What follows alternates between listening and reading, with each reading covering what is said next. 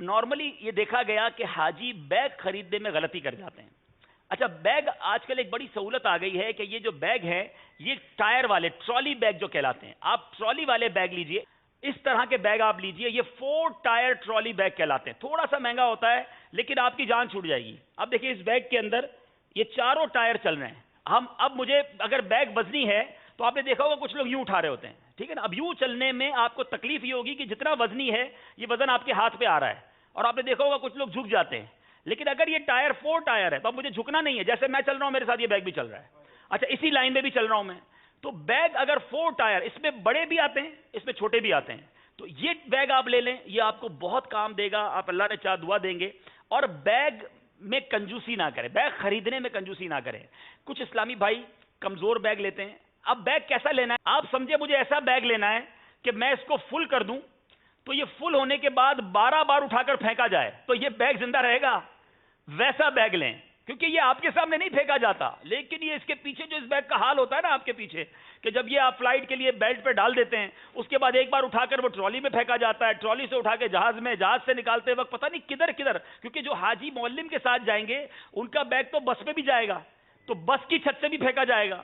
تو کئی بار تو ایسا ہوا کہ حاجی کا پہلے ہی دن بیگ ہی ٹوٹ گیا.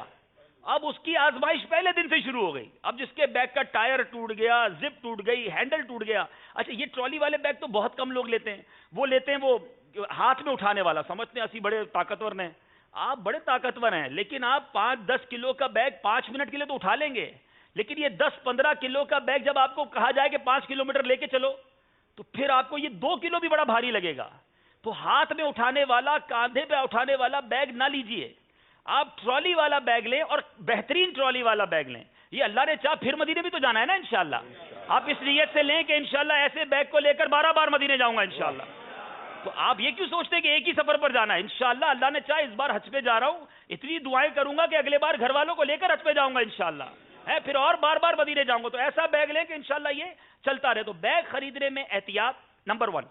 ایک دوسرا مدنی پھول جو تجربے سے سیکھا کہ بیگ کا کلر تھوڑا ہٹ کے ہونا چاہیے.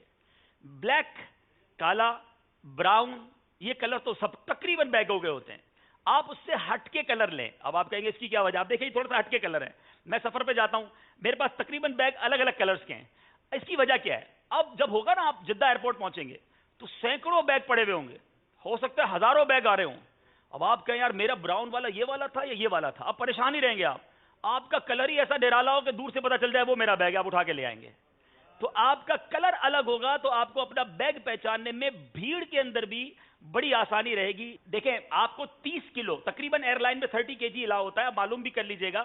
تو 30 کلو آپ کو الاؤ ہے, تو آپ نے ایک, یہ تو بیگ جہاز کے اندر بھی چلا جاتا ہے. 2 بیگ آتے ہیں یاد رکھے گا. ایک آتا ہے لگیج کا بیگ کہلاتا ہے جو کہ آپ نے جہاز میں جمع کروا دینا ہے, اور ایک کہلاتا ہے کیبن بیگ بھی کہلاتا ہے, یا جس کو ہینڈ بیگ کہہ لیں, کہ پوچھ لیجئے بیگ خریدتے وقت کہ جہاز کے اندر بھی جا سکتا ہے. یہ وہ بیگ ہے جس کو 7-8-10 کلو تک آپ بھر کر اپنے ساتھ جہاز کے اندر تک لے جا سکتے ہیں. تو یہ آپ کا ہینڈ کیری ہو گیا. اور جو بڑا بیگ ہے وہ بھی ٹرالی والا ہونا چاہیے. اس میں بھی آپ مہربانی کر کے, ہاں ایک بڑی غلطی کرتے ہیں, بیگ کے بھرنے کا جو انداز, کئی لوگوں کو ہم نے دیکھا بیگ اس کے اوپر 2 بندے بیٹھیں گے تو بند ہوگا, اتنا سامان ڈال دیں گے اس کے اندر. ایک بندہ ادھر سے زپ بند کر رہا ہے, ایک ادھر سے زپ کر رہا ہے, اور بند کرتے کرتے زپ ٹوٹ گئی. اور اللہ کے بندوں بیگ کو سانس تو لینے دو. تو ایسا نہ کرے, دوسرا بیگ لے لیں. اگر آپ کا بیگ بہت فل ہو گیا تو اس کو اس طرح پریشر دے کر بند نہ کریں, کیونکہ اب کسی نے اٹھا کر پھینکنا ہے اور اس کا سمجھ لے کیا حال ہونا ہے. جاتے وقت بھی سامان کم ہونا چاہیے. کچھ لوگ سمجھتے ہیں وہاں کچھ نہیں ملتا, ارے وہاں سب کچھ ملتا ہے, بلکہ دنیا میں جو نہیں ملتا وہ بھی وہاں ملتا ہے الحمدللہ. تو آپ صرف اپنے کپڑے لے جائیں, کچھ چادر وغیرہ لے جائیں, کچھ دوائیاں استعمال کرتے ہیں وہ لے جائیں. اگر آپ نے کچھ اپنے لیے نمکو بسکٹ وغیرہ تھوڑا بہت لینا ہے تو لے لیں.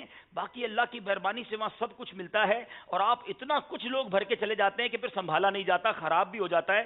یہ بھی یاد رہے کہ ایئر لائن میں کھانے پینے کا سامان لے جانے پر پابندی ہے. تو کچھ لوگ جو گوشت کے جناب پیک کرا کے لے جاتے ہیں, اور سالن لے جاتے ہیں, اور روٹیاں لے جاتے ہیں, تو یہ سب چیزوں کی لے جانے کی, فروٹ بھی لے جانے کی اجازت نہیں ہوتی. تو اپنی ضروری دوائیاں حاجی کیمپ سے پیک کروا لیں, کیونکہ حاجی کیمپ کی اسٹیمپ لگی ہوئی ہوگی تو وہ دوائیاں آپ کو لے جانے دیں گے. تو حاجی کیمپ جا کر بتائیں ان کو کہ ہماری یہ دوائیں ہیں, وہ پیک کر دیں گے آپ کو. اور پھر آپ اپنے بڑا نارمل سا سامان لے جائیں, جس طرح مدنی قافلے میں لے جاتے ہیں. کپڑے وہاں دھو لیں گے انشاءاللہ. اچھا خود نہیں دھو سکتے تو وہاں پر لانڈریز بھی ہوتی ہیں, لیکن تھوڑا بہت سرف لے کر حاجی ہم نے دیکھا ہے اپنے کپڑے وغیرہ خود وہاں اچھے انداز سے دھو لیتے ہیں. تو یہ ہو گیا.